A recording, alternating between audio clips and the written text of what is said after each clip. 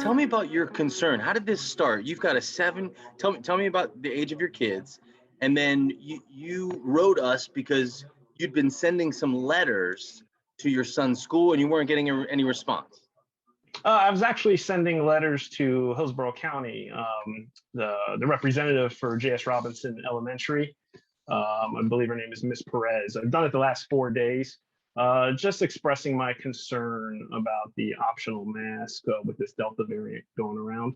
I do have a 15-year-old that's entering his sophomore year at Plant City High School. He has autism and he's in the special ed DSE classes. He is fully vaccinated, but I also have a 7-year-old entering second grade at J.S. Robinson. And of course, right now, he's unable to get vaccinated.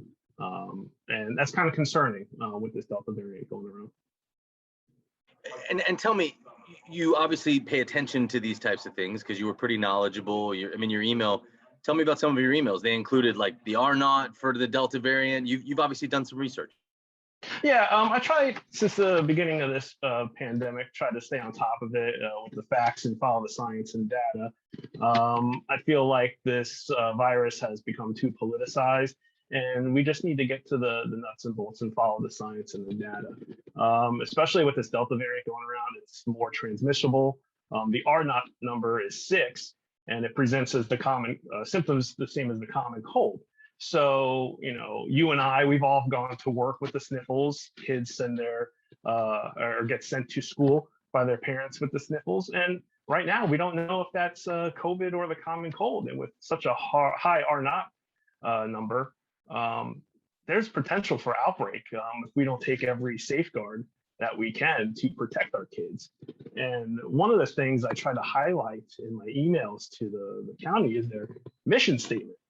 Their mission is to provide education and the support that enables each student to excel as a successful and responsible citizen. So we're talking about support right now and teaching them to be a responsible citizen. So doing all we can for the well-being of society should be top priority. And we need to protect those that have no choice in the matter.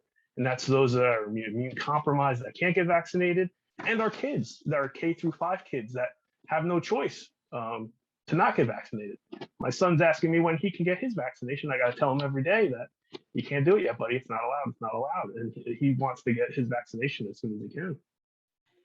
Is he concerned about COVID, your son? He is. He's very, he pays attention. He wears his mask when we go out. He tries to not touch his face, keeps his hands in his pockets. He washes his hands. He maintains his distance. He's very, very responsible for a 7-year-old, in my biased opinion, of course. The governor pointed out today that one of the reasons why he's issued.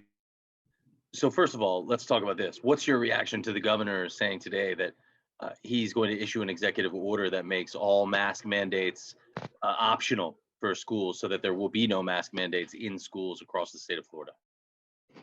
Obviously, I disagree. One of the points that he made was the data shows that it's not transmissible, or they haven't seen the transmission in schools between the mask and unmasked. I might get misquoting him, I'm kind of paraphrasing, but we have zero data with this Delta variant when it comes to schools.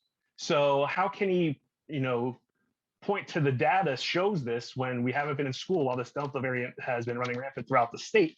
And, a lot of people politicize the science and the mask. A lot of people need to realize that science doesn't make proclamations the truth. It just gives you the best answer based on the evidence we have at the time. And when we get more evidence, our answer changes. So it's never going to give you the truth. It's just going to give you the best answer based on the evidence.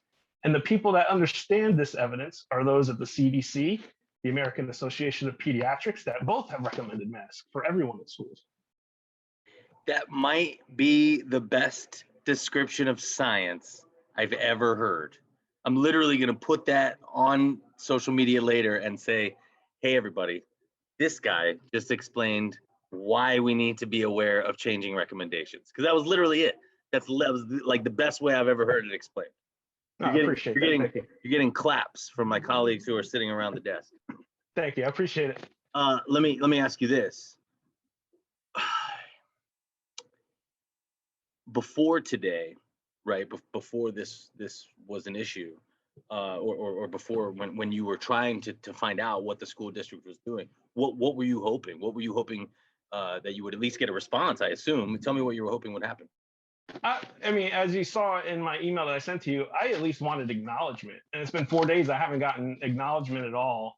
And then I think on day 3 is when I added you guys on a Facebook post. I think I believe I tagged you guys on the Facebook post with verbatim what I was emailing. And then I emailed today, and I'm like, DeSantis is in Utah making speeches and cracking jokes about the CDC guidelines instead of dealing with issues here like the Delta variant and red tide. Let me reach out to News Channel 8, let them know that I'm a concerned parent trying to reach out to them and let them know my concerns. And I'm using their mission statement. I'm using data and facts to show my concern. I'm not being emotional about it. And, I'm not just concerned for my child. I'm concerned for, the teacher or the janitor that has to go to the work, but he's taking care of his elderly mother or elderly father that might have cancer, and he can possibly bring the Delta variant to them and negatively impact them. It's time that we need to start looking about the we instead of the me. It's our country's motto is we the people. It's not I the individual. So we need to start thinking about the well-being of our society and we the people. And it's become so politicized and so either this way or that way that I think we've lost track of that as a society. That's for sure. 2 things. Number one, the camera's starting to shake a little bit, so Okay, I don't know if you want to change hands. I feel bad that you're having to hold it. And then the last thing I wanted to ask you, well, 2 more questions. First of all, don't have to answer. I'm just curious. I'm the political guy, and you brought it up, so I'm curious. You don't have to tell me. Do you want to share whether you're Democrat or Republican? Did you vote for Ron DeSantis? I did not vote for Ron DeSantis. I wouldn't consider. I consider myself a social democrat. I align more with the Scandinavian countries and how they run their governments. I believe the 2-party system has run its course. There's more than 2 lines or ways of thinking in this country, and we need to evolve. And I know that's evolve is a scary word for a lot of people, but it's something that we need to do as a country. If you don't change, you're going to repeat history, and we need to evolve as a society. And we need to say, hey, there's more than 2 ways of thinking in this country. Even look at the Republicans right now. You got Liz Cheney, and I believe his name's Adam Kersinger out of Colorado, and Mitt Romney, that are more Reagan Republican. And then you have what I call the Trump Republicans now. I don't consider them Republicans anymore. I consider it a branch of its own party. And the same goes with the Democrats. You got Biden, who's a centrist, and Joe Manchin, the Blue Dog Democrats. And then you have more AOC and Ilhan Omar, that's more progressive, social democrat, Bernie Sanders types.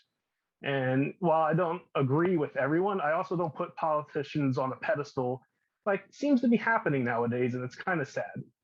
Very sad. Let me ask you last question. This isn't just about your kids. You've got some people in your household that take care of your kids that are immunocompromised. Tell me about that aspect. I myself have issue with a disorder that affects my immune system. I'm fully vaccinated. I know the risk when I go out to the store or go out, but I have a family to take care of too, but I take all the necessary precautions.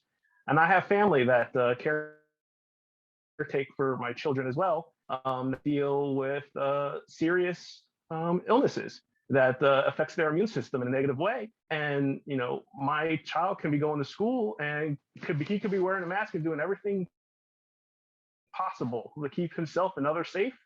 But someone not wearing a mask, or even someone wearing a mask right now, can give them the virus and he could pass it on. So the arguments of even when you wear a mask or have vaccinated, you can still spread it.